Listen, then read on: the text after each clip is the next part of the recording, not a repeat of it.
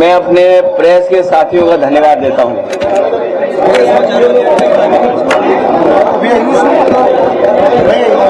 मैं अपने प्रेस के साथियों का धन्यवाद देता हूं कि लगातार हम लोगों को मिलने का मौका मिल रहा है।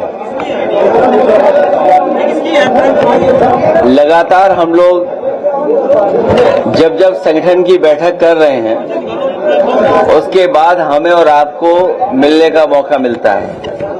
जितने भी हमारे आज छात्र सभा के समाजवादी साथी आए हैं, ये सभी साथी संकल्प लेकर के जा रहे हैं कि दूत बनकर के गांव-गांव, घर-घर जाकर के समाजवादी पार्टी के कार्यक्रम और समाजवादी पार्टी को कैसे मजबूत किया जाए उसका संदेश घर-घर पहुंचाने का काम करेंगे। न केवल संदेश पहुंचाने का काम करेंगे बल्कि जो सवाल इनके सामने खड़े हैं, नौकरियों का कम होना, बेरोजगारी, महंगी पढ़ाई, शिक्षा का निजीकरण, शिक्षा के क्षेत्र में बड़े पैमाने पर सरकार का हस्तक्षेप और आज के समय पर जो सम्मानजनक नौकरी रोजगार मिलना चाहिए वो भी सरकार सम्मानजनक नौकरी रोजगार नहीं दे पा रही है। डिलीवरी बॉय बना दे रही है।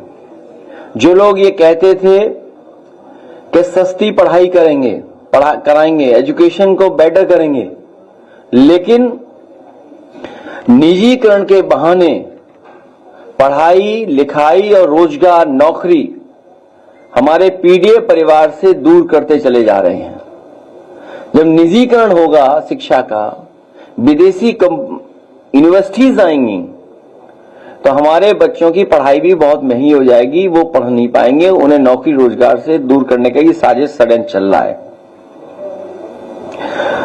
और साथियों ने यहां भी कहा कि जो काला चश्मा लगा करके आए थे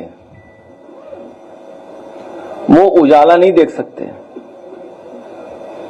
जो काला चश्मा लगा करके आए थे वो उजाले से दूर हैं और उसी का परिणाम है कि आज उत्तर प्रदेश को जो $1 ट्रिलियन इकोनॉमी का सपना दिखाया जा रहा था, ना रोजगार है, ना नौकरी, ना इन्वेस्टमेंट है। जो इन्वेस्टमेंट की बात कही गई थी, इन्वेस्टमेंट भी नहीं। अगर इन्वेस्टमेंट होता तो नौकरी रोजगार होती। वो सेलेक्टिव है और इतना ऑर्गेनाइज्ड करप्शन कभी देखने को नहीं मिला जो इस सरकार में भारतीय जनता पार्टी की में देखने को मिल रहा है। अखबारों के माध्यम से जो पढ़ने को मिलता है, जीएसटी की चोरी पहले 165 करोड़ की, फिर 300 करोड़ से ऊपर की, फिर और तमाम ऐसे काम हो रहे हैं अपने लोगों को लाभ पहुंचाने का। तो भ्रष्टाचार भी चरम सीमा पर है, जिसके वजह से महंगाई है। हमें उम्मीद है कि यही कार्यकर्ता सब मिलकर के गांव जाएंगे, संगठन बनाएंगे, बूथ स्तर पर काम करेंगे और समाजवादी पार्टी को आने वाले समय में आगे बढ़ा करके सरकार बनाने का काम करेंगे। जो हर पार्टी ने पहले फैसला लिया कि आतंकवाद के खिलाफ और आतंकवाद जड़ से खत्म हो, उसकी ब्रांचेस टूट जाएंगी तो फिर जड़ से आ जाएगा। इससे जड़ से समाप्त हो, हम लोग पूरी सरकार के साथ हैं, आतंकवाद खत्म हो।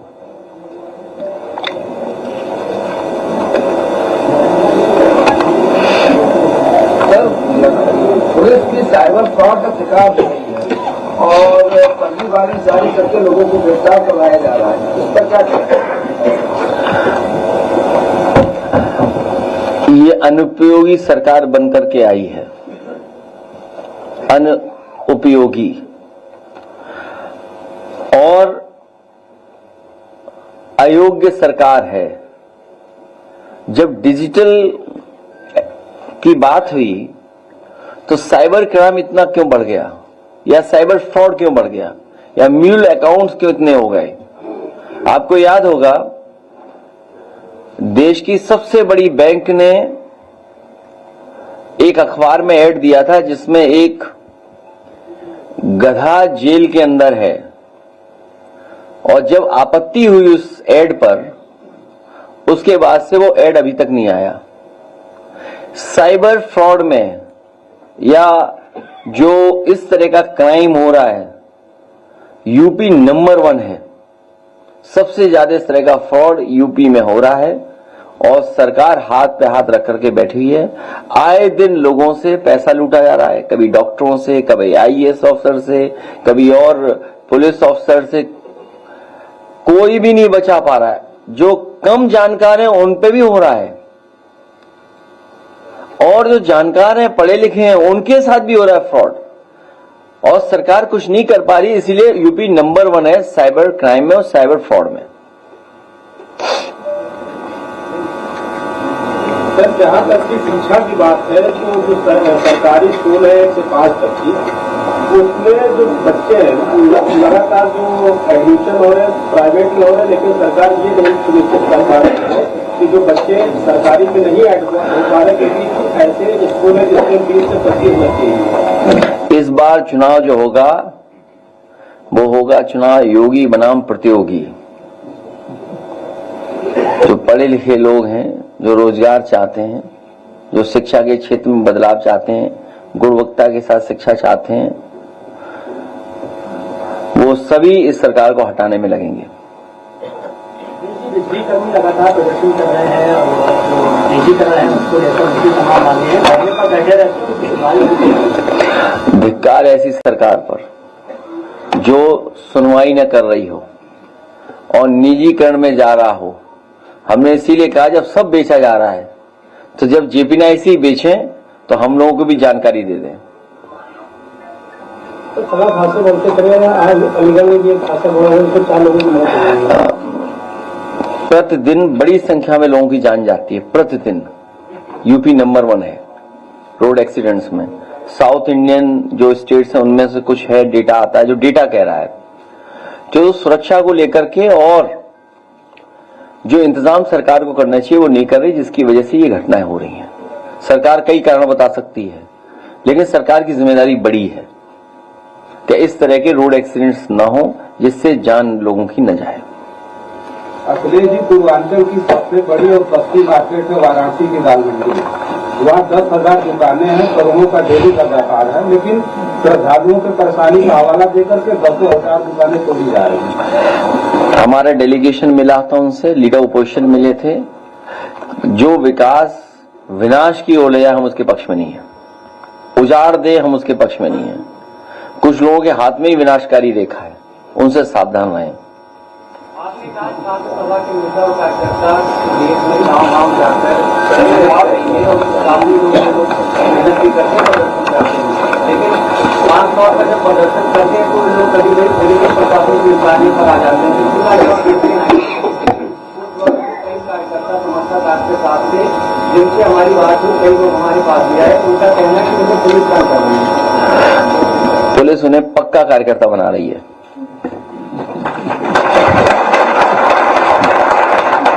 वो जीवन भर समाजवादी रहेंगे। अब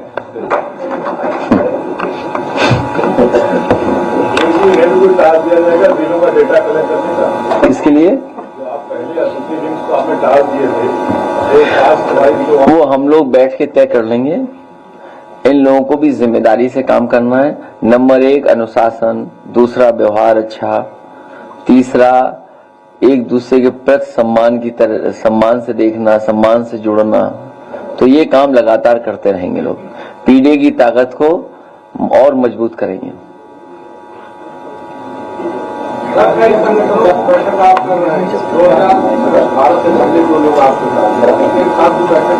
किसके साथ? 2012 से पहले जो लोग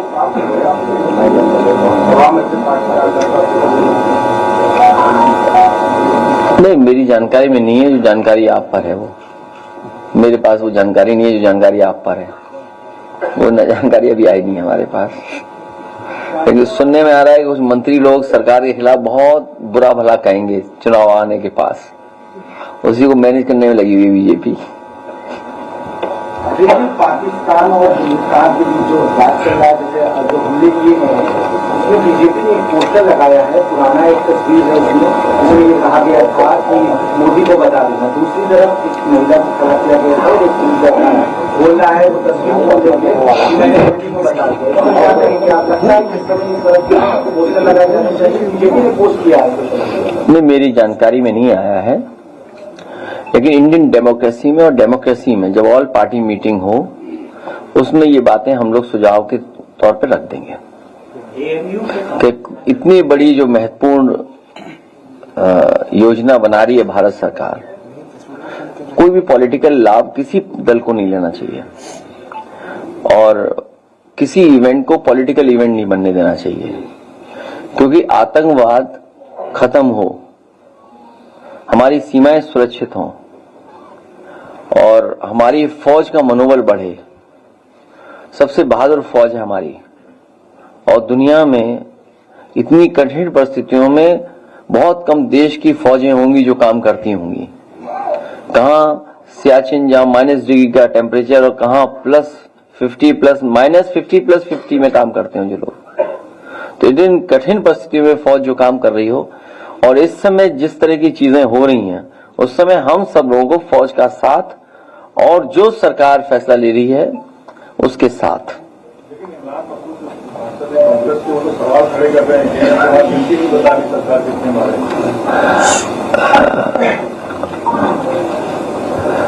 मैं फिर कहता हूं इतने बड़े नेता नहीं है जिनका सवाल आप यहां पूछ रहे हो। अगर फोन करके आप वो कहोगे हमारा पूछ लें तो बात अलग है कि नाम हमारा आ जाए यहाँ। हमें लगा कुछ और पूछोगे, नाम जब आया तो टिकट बांट रहे हैं वो लोग तो हाँ वही तो मैंने कहा मैं से कुछ और पूछेंगे टिकट बांटने का। नहीं अब बताओ कहाँ दुनिया में कि विधायक टिकट बांटने लगे आपस में। जी कई सरकारी अस्पताल ऐसे हैं जहाँ पे पूरी दवाइयाँ लोगों को नहीं मिल रही है, अब लोग लंबी लाइन लग रहे हैं। बहुत बुरा हाल है अस्पतालों का, बहुत बुरा। इलाज नहीं मिल पा रहा है, दवाइयाँ नहीं है, लंबी लाइन है और जो बने थे अच्छे अस्पताल वो भी बर्बाद कर दिए, उनका भी इंफ्रास्ट्रक्चर खराब कर दिया है। और केवल सूचना एक जगह से नहीं आ रही है, पूरे प्रदेश भर के अस्पतालों में हालत ऐसी है, कहीं दवाई, इलाज और गरीब की कोई मदद नहीं हो पा रही है। याद होगा जब मैं पहली बार गया था इसमें अभी हाल ही में कैंसर रिसर्च इंस्टीट्यूट में, जब मैं कैंसर रिसर्च इंस्टीट्यूट में गया तो सबसे पहले पेशेंट से जिससे मिलने का मुझे मौका मिला वो गोरखपुर के लोग थे। उस परिवार से जब बात हुई तो वो अपनी बेटी को लेकर के आए थे और इलाज के लिए वो यहाँ आए थे लखनऊ में कैंसर रिसर्च इंस्टीट्यूट में। जो इलाज उनका है वो यहाँ पर हो रहा था। अब आप इसी से कल्पना कर सकते हैं कि मुख्यमंत्री जी के क्षेत्र से लोगों को इलाज के लिए लखनऊ आना पड़ रहा है और जब हर दिन वह जनता दरबार लगता है, बहुत कम मुख्यमंत्री होंगे जिन्होंने अपने गृह जनपद पे दरबार लगवाए हों और जिसमें सबसे ज्यादा दरबार लगाए हों वो सबसे बड़ा वीआईपी जिला होगा। अगर वीआईपी के मानक हो तो हम तो यही मानक मानेंगे कि जिस जिले में सबसे ज्यादा किसी मुख्यमंत्री ने जनता दरबार लगवाया हो वो सबसे वीआईपी जिला है। और उस वीआईपी जिले में जहां पर मेडिकल कॉलेज हैं और अस्पताल हैं, एम्स है, वहां पर गरीब को इलाज नहीं मिल रहा। सोचिए आप, एम्स होने के बाद इलाज नहीं, फिर एम्स क्यों बनवाया? जुड़ा एक सवाल है, लखनऊ में जो कल्याण सिंह कैंसर इंस्टीट्यूट बनाया है वहाँ पर पेट स्कैन मशीन नहीं है, जबकि कैंसर के इलाज की शुरुआती पेट स्कैन होती है। वो समाजवादियों का बनाया हुआ कैंसर इंस्टीट्यूट है, भारतीय जनता पार्टी ने केवल नाम बदल दिया है। गाजियाबाद के सर्वे किसानों और जितना उसको बन जाना चाहिए था वो नहीं बनने दिया। और उसके पीछे अगर आप जाएंगे तो सुनने में आया है कि जो मेडिकल यूनिवर्सिटी बनी है वो एडमिनिस्ट्रेटिव यूनिवर्सिटी है, मेडिकल कॉलेज नहीं है वो, जिसका शिलान्यास प्रधानमंत्री जी ने लोक भवन के सामने किया था। हालांकि वो बटेश्वर में बनना चाहिए था, बटेश्वर में नहीं बना, वो बना समाजवादी लोगों के जो इंफ्रास्ट्रक्चर का प्रोजेक्ट बन रहा था उसकी बची हुई जमीन को बदल करके नक्शे पर उन्होंने वो मेडिकल यूनिवर्सिटी बनाई, अटल बिहारी वाजपेयी मेडिकल यूनिवर्सिटी। वो एडमिनिस्ट्रेटिव यूनिवर्सिटी है, वहां मेडिकल कॉलेज नहीं है। मेडिकल यूनिवर्सिटी तो बस इलाज नहीं हो रहा वहां, तो आप इसी से कल्पना कर सकते हो स्वास्थ्य का क्या हाल है। आप लोग उस पेट स्कैन मशीन को धंधे के तौर पर दे सकते हैं वहां पर? सबसे पहले तुम दो 1 लाख रुपए, बातें कर रहे बेमतलब की। जेब में नहीं पैसा, 2 रुपए बोले चंदा दे दो सब लोग। ये क्या बात हुई, चलो 1 लाख दो तुम, हम देंगे 2 लाख सब लोग मिल करके। परेशान हो रहे हैं। अरे भाई हम कह रहे सरकार बदलो। मेडिकल वाला लगाइए, वो एड लगाइए, दिखाओ इनको, दिखाइए मेडिकल वाला एड। अरे चाहे जितने किया है तो हमारी जिम्मेदारी थोड़ी है, वो तो सरकार की जिम्मेदारी है। अच्छा बताओ, सरकार गमले लगा रही करोड़ों रुपए के, हाँ बहुत से ऐसे खर्चे हैं सरकार कर रही है। होर्डिंग लगा रही है, होर्डिंग का तो खैर करप्शन है, वो तो जानते हो आप भी। वो तो लगती 10 है, बिल होते हैं 100 का है। नहीं, देखिए बिल 100 का, लगती 1। अब आप हिसाब लगा लो उसी से। लाइट बंद करो, ऐड दिखाइए। खुद ही बीमार लग रहा है, न डॉक्टर है, न दवाई, न सुई, न जांच है। सुबह से दोपहर सरकार बदलेगी तभी डॉक्टर आए। सरकार की गरीबों की मदद करने वाली सरकार वापस आएंगे और सबको सेहत मिलेगी। जिनका काम आज भी है, 27 में बनाएंगे उनकी सरकार। अपना भविष्य खुद बनाएंगे, किसी के बहकावे में नहीं आएंगे, सबको समझाएंगे, एकजुट होकर 27 में अपनी सरकार बनाएंगे, मतलब पीडीए सरकार लाएंगे। अपनी सरकार बनाएंगे, अपनी सरकार बनाएंगे। ये पत्रकार समझ नहीं पाए, दोबारा दिखाओ इन्हें, दोबारा नहीं समझ पाए, ऐड कहाँ समझ पाए।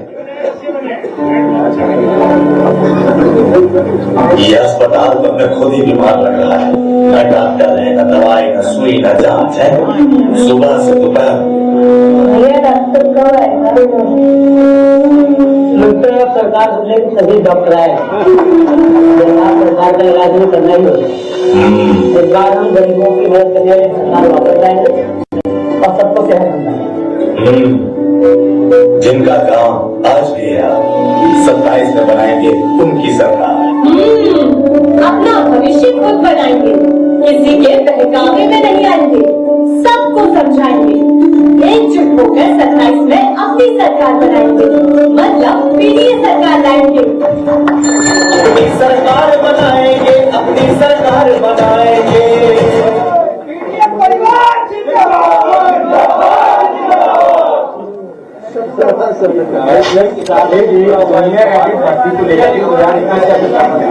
तमाम जो अभ्यर्थी हैं वो झारखंड शिक्षा निदेशालय पे 4 दिन से बैठे हुए हैं। आपके माननीय विधायक जी ने सदन में भी सवाल उठाया था, लेकिन वो आज भी आरक्षण को लेकर के आधिकारिक तालम तोड़ कर रहे हैं और वो लगातार धरने बैठे।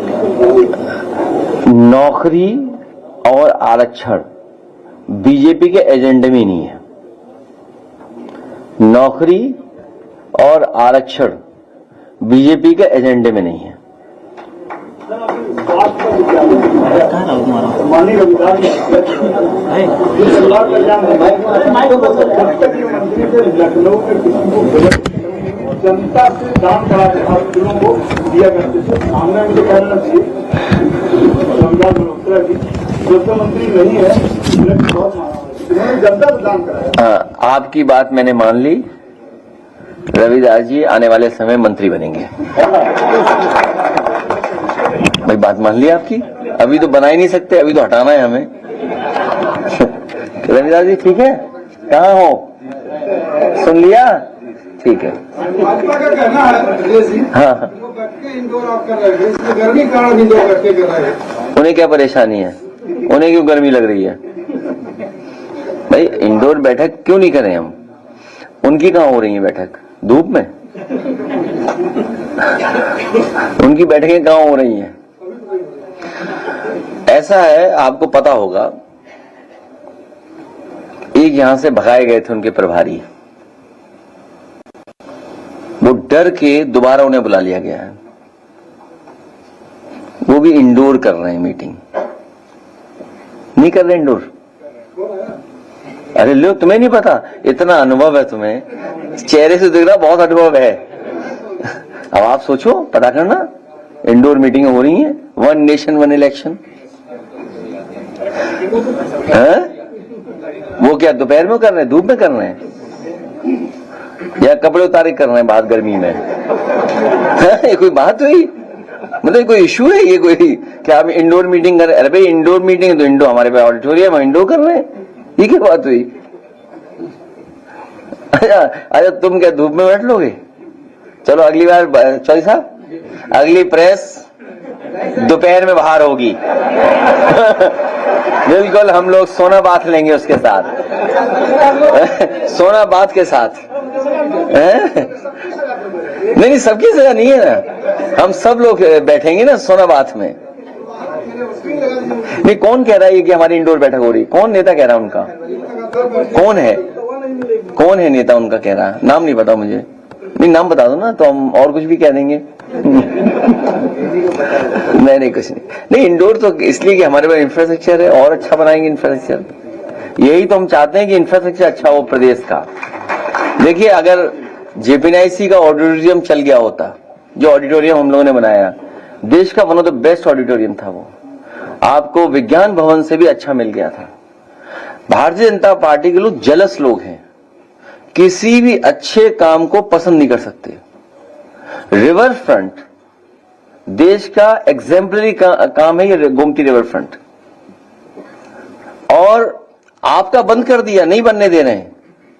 मैं उस दिन अखबार में पढ़ रहा था साबरमती का कि 50 किलोमीटर का और वहां कर रहे हैं, अपना बनाने 50 किलोमीटर और हमारे अनुपयोगी मुख्यमंत्री इसको बंद कर दे रहे हैं।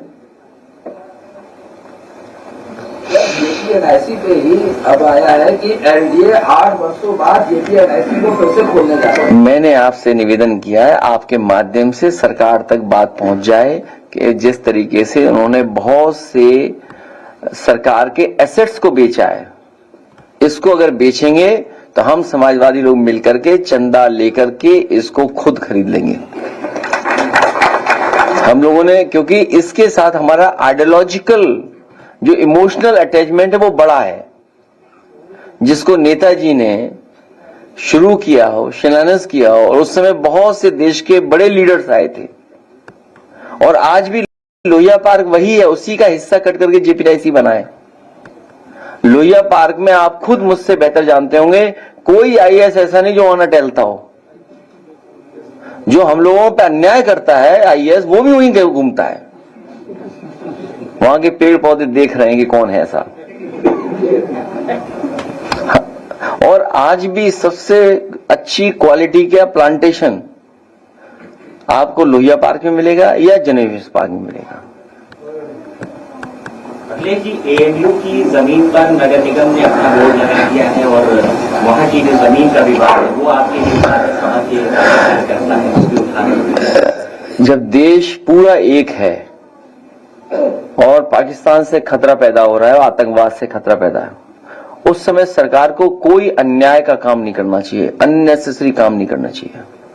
जैसे जो खबरें आ रही हैं पीलीभीत से, श्रावस्ती से, बहराइच से, कि वहां पर बुलडोजर चलाया जा रहा है,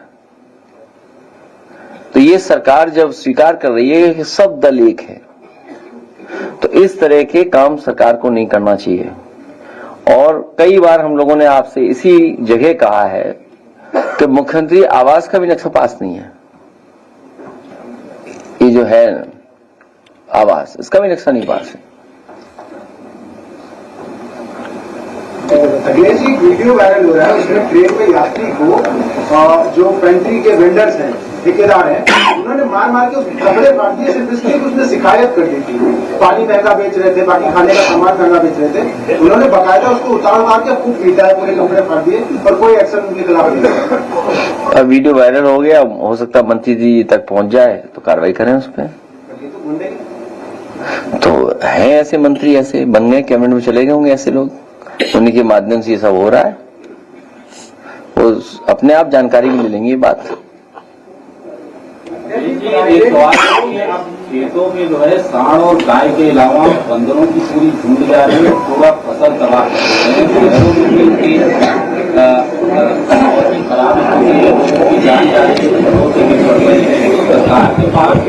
आप लोगों को आवाज उठाएंगे कि बंदरों को फिर से जंगल में भेजें।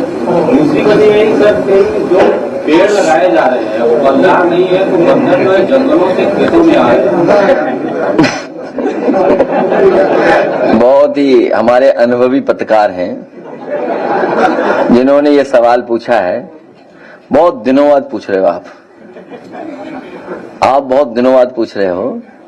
अगर आपको घटना याद हो, एक बंदर डीएम का चश्मा ले गया था, तब पूछते सवाल तो सवाल बनता।